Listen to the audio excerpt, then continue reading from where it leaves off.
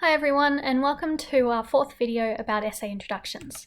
Introductions are the very first thing that your markers see when they're looking at your essay, so it's very important to make a good first impression.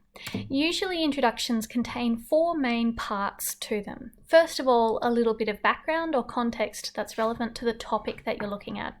Then highlighting what the issue is or what the problem is that you are going to address is a really useful way of showing why this is an interesting topic, why it's an important thing to look at.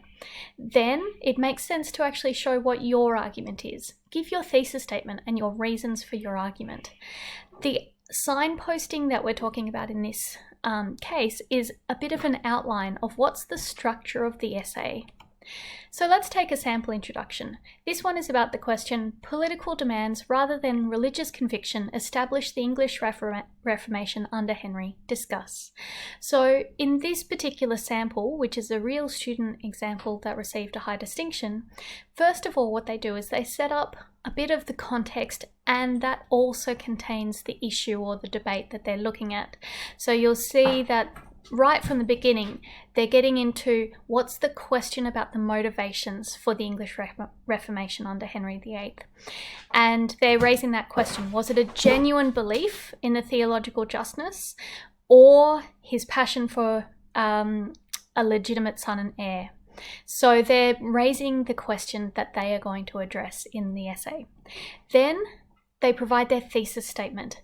In this paper, I propose to examine the question through an analysis of what I believe to be the primary factors in the Henrician Reformation. So they're telling us, okay, they're going to talk about the primary factors.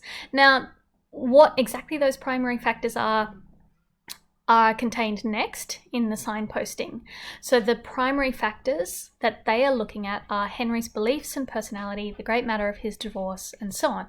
So this thesis statement and the key reasons are encapsulating the author's argument. Now, let's take a look at another example that does this thesis statement a little bit more clearly.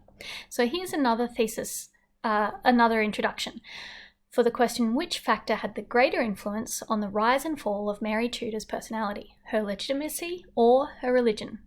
So in this one, what this author does is to set up a little bit of context, first of all, before setting up the problem. So this context, Mary Tudor started her reign with great public support, but this popularity rapidly fell away as the reign progressed. So a bit of context to start off. It's starting to highlight what the problem is, why did her popularity fall away? But the next sentence actually tells us very clearly what that issue is. On first impression, the factors of her legitimacy and her Catholic religion appear to have been of equal importance.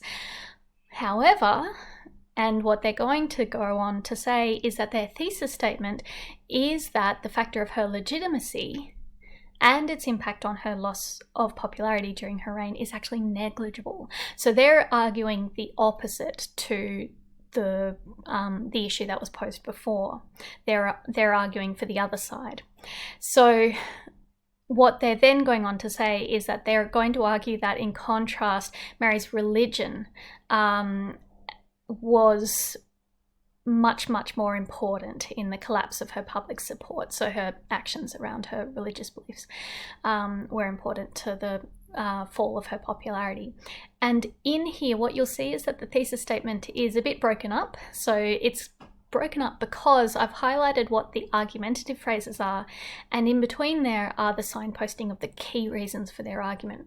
So like we saw in the previous video about thesis statements can include both the argument and the key reasons for that argument. Now the key thing is that the structure of these key reasons need to follow the structure of the essay. So you would expect from this signposting that this author discusses Mary's legitimacy, first of all. Then what they go on to talk about is the legitimacy's impact prior to her accession and during her reign. Then they go on to talk about her religion and how prior to her accession, her religious actions were more important than the legitimacy question. So mainly this essay is broken up into two main sections, legitimacy and then the religious factors. So that outline helps you as a reader prepare for what's the structure of this essay. You can see a very similar thing happening in your reading for this week. So in the Austin and Smith reading this week, take a look at the abstract. The abstract is like an introduction, and it very clearly signposts what their argument is going to be. Their introduction after the abstract also does a similar kind of thing. It's just a bit longer, gives a bit more context, but it highlights what the problem is, what the question that they're going to look at is, and it gives their argument as well as signposting the key reasons for that argument. So take a look at how that's written. That's a very well written piece of work.